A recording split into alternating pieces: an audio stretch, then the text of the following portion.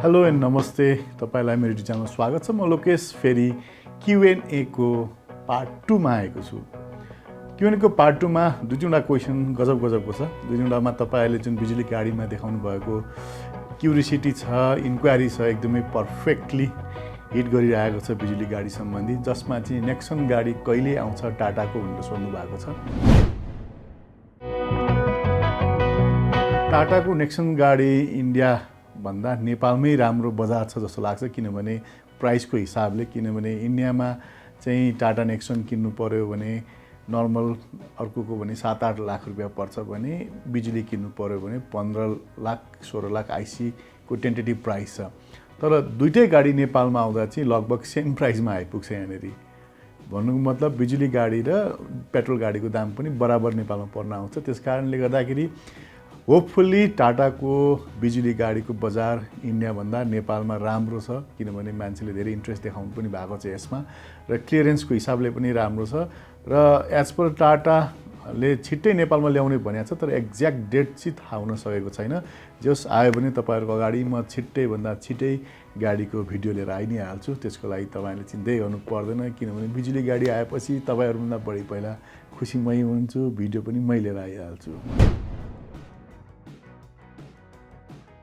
यो बिजुलीको गाडी जतिचोटि मैले हाल्छु सबैभन्दा बढी एउटा इन्क्वायरी आउँछ टेस्ला नेपालमा कहिले आउँछ भनेर, र यो क्वेसन पनि तपाईँहरूले राख्नु भएको छ टेस्ला नेपालमा कहिले आउँछ भनेर।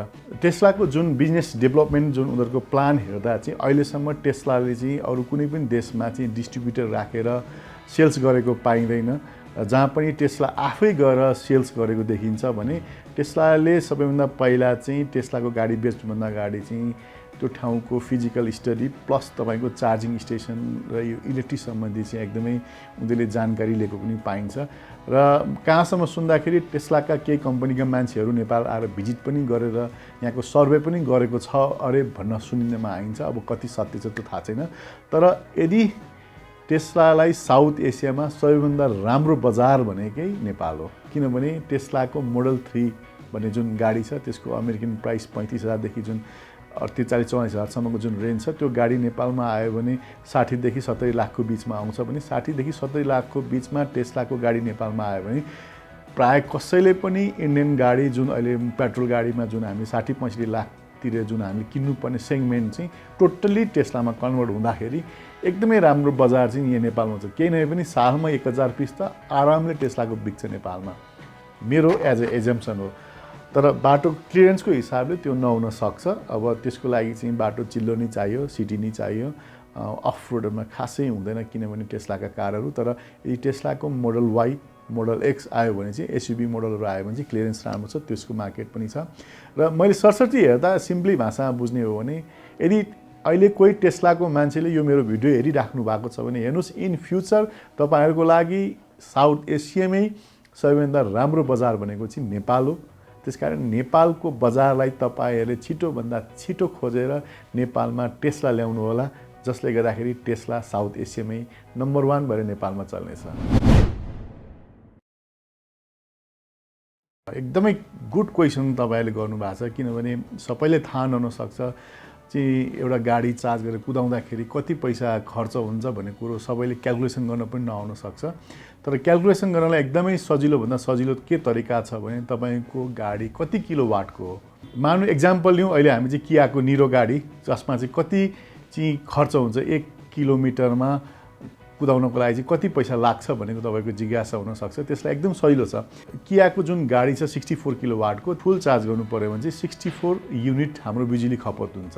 नर्मली हाम्रो एभरेजमा 10 देखि 12 रुपैयाँ पर युनिट हाम्रो चाहिँ बिजुली कस्ट हुन्छ भने त्यसलाई हामी 12 रुपैयाँले गुणा गरौँ, त्यो गर्दाखेरि 768 रुपैयाँ चाहिँ हाम्रो बिजुली उड्दो रहेछ। भने 768 रुपैयाँ बिजुली उड्छ भने हाम्रो निरोले नर्मली 438 किलोमिटर कुद्छ भनेको छ भने एभरेजमा तपाईँ त्यति कुदेन रे मान्नुहोस्, तपाईँ लगभग 380 को रेन्जमा हामी गयौँ भने पनि यसलाई डिभाइड बाई 380 गऱ्यो भने हाम्रो 2 रुपैयाँ जुन चाहिँ हाम्रो पर किलोमिटरमा चाहिँ खर्च हुने भयो। भनेपछि मान्नुहोस् एभरेज बिजुली गाडीको 1 किलोमिटर दौडिनको लागि चाहिँ 2 रुपैयाँ खर्च भनेर तपाईँले सम्झिनु भयो हुन्छ। किनभने त्यसमा एसी पनि चलाएको हुन्छ, हामीले जाममा पनि पर्या हुन सक्छ। त्यो एभरेजमा नर्मली योभन्दा कम्ती नै लाग्छ, र पनि 2 रुपैयाँ चाहिँ म्याक्सिमम तपाईलाई पर किलोमिटर चाहिँ तपाईँको खर्च हुन्छ। र मैले भनिहालेँ तपाईँलाई बिजुली कति लाग्छ भने खपत गर्ने एकदम सजिलोभन्दा सजिलो तरिका, जति किलोवाटको हाम्रो गाडी छ त्यति नै युनिट हाम्रो बिजुलीको बिल उठ्छ। त्यो बिजुलीको बिललाई त्यति फुल चार्ज गर्दा त्यो गाडी कति कुद्छ भनेर डिभाइड गरिदियो भने लगभग तपाईँको पर किलोमिटर कस्ट त्यसबाट प्रष्टसँग आउँछ। मैले जस्ट तपाईँलाई कति पर किलोमिटर लाग्छ भनेर बिजुलीमा बताइहालेँ भने त्यस्तै अब हामी पेट्रोल गाडीतिर लागौँ। तपाईँ नर्मली एसयुभीमा कम्पेयर गर्नुहुन्छ भने 1 लिटरले करिब मेरो विचारमा 10 भन्दा बढी त काठमाडौँमा कुद्दैन जस्तो लाग्छ। र आजको दिन मैले भिडियो बनाउनसम्म पेट्रोलको दाम 106 रुपियाँ छ भनेपछि 106 रुपियाँले चाहिँ हामी 10 किलोमिटर हामी दौडिन सक्छौँ भनेपछि पर किलोमिटर चाहिँ हाम्रो 10 रुपियाँ 60 पैसा हाम्रो खर्च भइरहेछ भने चाहिँ मानुस 10 रुपियाँ पर किलोमिटर खर्च भइरहेछ भनेपछि हाम्रो पर किलोमिटरमा 8 रुपियाँ पैसा चाहिँ बिजुलीको गाडी कुदाउँदाखेरि जोगिरहेको छ। यदि तपाईँ सालमा 10,000 किलोमिटर दौडिनुहुन्थ्यो भने मान्नुहोस् तपाईँको 10,000 × 8 भनेपछि 80,000 रुपियाँ तपाईँको त्यही फ्युलमा त्यहाँ सेभ हुन्छ। एउटा त्यो हो। अर्को तपाईँ एउटा एसयुभीको कर नर्मली 35,000 जति लाग्छ सालको भनेपछि त्यो पनि तपाईँको जोगिन्छ। 1,15,000 जति तपाईँको सालमा चाहिँ एउटा बिजुली गाडीको एगेन्स्टमा तपाईँको पेट्रोल गाडीमा त्यो कस्ट सेभ हो। त्यो त थियो तपाईँको बिना सर्भिसिङको इस्युमा। अब तपाईँ अरू गाडीहरू नर्मली सर्भिसिङ गर्नु पर्यो, मोबिल फेर्नु पर्ने हुन्छ, धेरै कुराहरू गर्नुपर्ने हुन्छ। तर बिजुली गाडीमा त्यस्तो केही पनि पर्दैन। खालि हामीले ब्रेक र ब्रेक सुहरूको मात्रै हामीले बनाउनु फेर्ने नर्मल त्यो कन्डिसनहरूलाई मात्रै हामीले चाहिँ सर्भिसिङमा गर्नुपर्छ भने अरू इन्जिन पार्टको कुनै पनि हामीले सर्भिसिङ गर्नु पर्दैन। र त्यो नगरेपछि त्यसमा पनि अर्को गाडीमा केही नभए पनि सालमा मोबिल सबिल फेर्दाखेरि 3-4 चोटि गयो भने 20,000 30,000 रुपियाँ हाम्रो त्यो पनि खर्च हुन्छ। त्यो पनि सेभ हो भनेपछि इन एभरेजमा लिने हो एउटा राम्रो एसयुभी हामीले चलाउने र राम्रो एसयुभीको लेभलको चाहिँ हामीले बिजुली गाडी चलाउने हो भने 1.5 लाख रुपियाँ सालमा चाहिँ एकदम चोखो तपाईँको जोगिन्छ। त्यो चाहिँ तपाईँले यदि सालमा 10,000 किलोमिटर कुदाउँदाखेरि हो। यदि त्योभन्दा बढी तपाईँ कुदाउनुहुन्छ भने त झन् बढी पैसा सेभ हुन्छ। अहिले भने जस्तै बिजुली गाडीमा चाहिँ खासै सर्भिसिङ चाहिँ केही पनि गर्नु पर्दैन किनभने यसमा फ्युल फिल्टर, त्यस्तै मोबिल फिल्टरहरू अनि त्यस्तो एयर फिल्टरहरू जुन इन्जिनमा लाग्ने एयर फिल्टरहरू हुन्छ त्यसमा त्यस्तो केही पनि पार्ट यसमा हुँदैन जसलाई टाइममा सर्भिसिङ पनि गर्नु पर्दैन, फेर्नु पनि पर्दैन। त्यसकारण त्यो खर्च चाहिँ यसमा कति पनि लाग्दैन। एउटा एकदमै ब्याट्रीको पनि क्वेसन आइरहेछ। ब्याट्री फेर्नु पर्यो भने कति पैसा लाग्छ, ब्याट्री कति चल्छ भन्ने कुराहरू सोध्नु भएको छ। यसको चाहिँ सिम्पली जवाफ के छ भने ब्याट्री तपाईँले कुनै पनि गाडी किन्दा अहिले 7 वर्षको वारेन्टी तपाईँले पाइराख्नु भएको छ। राम्रो खालको गाडीमा पनि 7 वर्ष त तपाईँ निश्चिन्त ढुक्क भएर गाडी कुदाउन सक्नुभयो। र 7 वर्षपछि पनि यो कुनै औषधि या फुडको जस्तो आइटम होइन कि टाइम सक्यो भने ब्याट्री फेरि हाल्नुपर्छ भन्ने कुनै जरुरी पनि छैन। र ब्याट्रीको कस्ट योभन्दा अगाडि एकदमै महँगो थियो भने अहिले बिस्तारै ब्याट्रीको कस्ट पनि घट्दै आइरहेको छ। र 7 वर्षपछि ब्याट्री फेर्ने कस्ट पनि एकदमै कम हुन्छ जस्तो मलाई लाग्छ। र 7 वर्षपछि पनि खास ब्याट्री फेर्नु पर्दैन किनभने ब्याट्रीको जुन तपाईँको इफिसियन्सी कम हुँदै आउने हो। जस्तो अहिले तपाईँले 400 किलोमिटर कुदिरहेको गाडी छ भने हुनसक्छ 7 वर्षपछि 300 किलोमिटर कुद्ला। फेरि तपाईँको अरू 2-4 वर्षपछि हेर्नुहुन्छ भने 200 किलोमिटर कुद्ला। अब त्यो बेलासम्म त गाडी पनि थोत्रो भइसकेको हुन्छ, गाडी पनि चेन्ज गर्ने बेला भइसकेको हुन्छ। र त्यो बेलामा ब्याट्री पनि एकदमै सस्तो भइसकेको हुन्छ किनभने अब आउने 10 वर्षमा ब्याट्रीको कस्ट भनेको एकदमै कम हुन आउँछ। त्यसकारण एक्ज्याक्ट ब्याट्रीको प्राइस चाहिँ अहिले यति नै पर्छ, यति नै लाग्छ फेर्न भनेर चाहिँ भन्न सकिँदैन। तर तपाईँहरूले भने जस्तो चाहिँ ब्याट्री फेर्नु पर्यो भने पुरा पेट्रोल हालेको पैसा जान्छ, सबै बर्बादै हुन्छ, गाडी कुदाएको केही काम छैन भन्नुहुन्छ। वास्तवमा त्यस्तो केही पनि होइन। ब्याट्री फेर्ने बेलासम्म ब्याट्रीको दाम धेरै सस्तो हुन्छ। त्यति बेला कस्ट चाहिँ तपाईँको पेट्रोलमा हालेको कम्पेयर गर्नुहुन्छ भने एकदमै कम पनि पर्छ। तर यहाँ कुरा के छ भने तपाईँले ब्याट्रीवाला गाडीको जुन लग्जरी र तपाईँले जुन नन ब्याट्रीवालाको जुन गाडीको लग्जरीमा एकदमै धेरै फरक छ। अब ब्याट्री नै फेर्नुपर्छ, कस्ट नै महँगो लाग्छ भने किन महँगो गाडी चढ्ने, सस्तो गाडी चढे भयो नि। त्यसरी कम्पेयर गर्नु भएन किनभने ब्याट्रीवाला गाडी एकदम लग्जरीमै आउँछ, एकदम महँगो राम्रो खालको गाडी हो। त्यसले गर्दाखेरि सिधै डाइरेक्ट चाहिँ पेट्रोल गाडीसँग कम्पेयर गर्नु भएन कि यो फेर्दा यति पैसा लाग्छ, त्यो फेर्दा यति पैसा लाग्छ भनेर।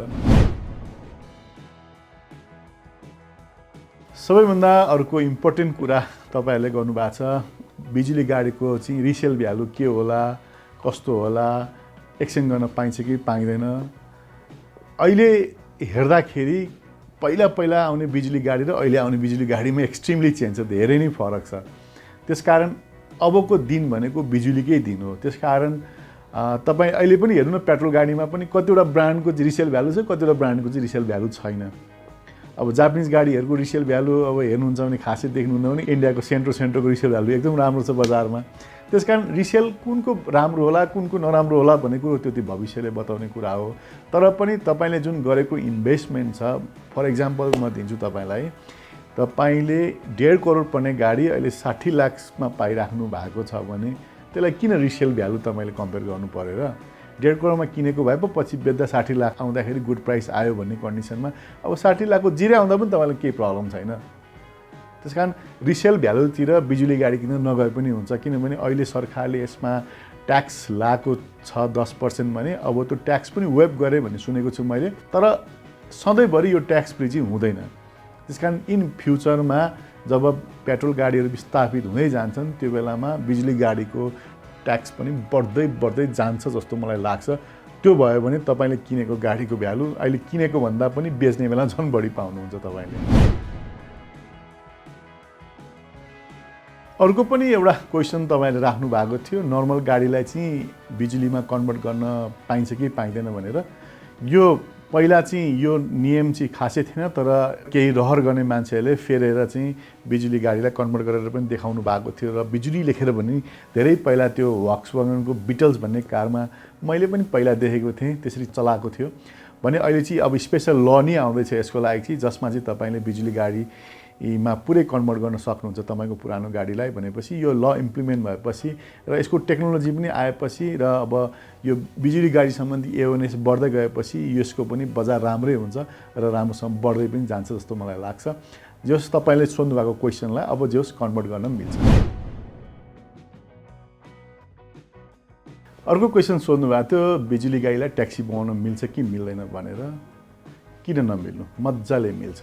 र अहिले सरकारले नयाँ नियम पनि ल्याइरहेको छ जसमा चाहिँ 22 किलोवाट भन्दा माथिको साइजको 5 सिटर फुल ठुलो साइजको सेडनलाई चाहिँ ट्याक्सी बनाउन मिल्छ भनेर नयाँ नियम ल्याइरहेको छ। त्यो भएपछि तपाईँहरूले मजाले बिजुली गाडीलाई ट्याक्सी बनाउन सक्नुहुन्छ।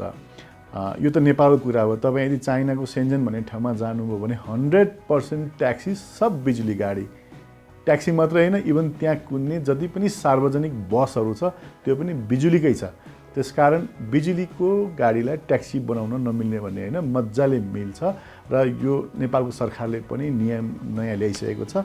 अब छिटै इम्प्लिमेन्ट हुन्छ होला र सँगसँगै तपाईँले बनाउने बिजुली गाडी पनि बजारमा त्यही लेभलको चाहियो, त्यो पनि आउँछ होला। आएपछि अब हामीले छिटै सानो पेट्रोलको ट्याक्सी भन्दा अब राम्रो ट्याक्सी चाहिँ बिजुलीको देख्न सक्छौँ होला।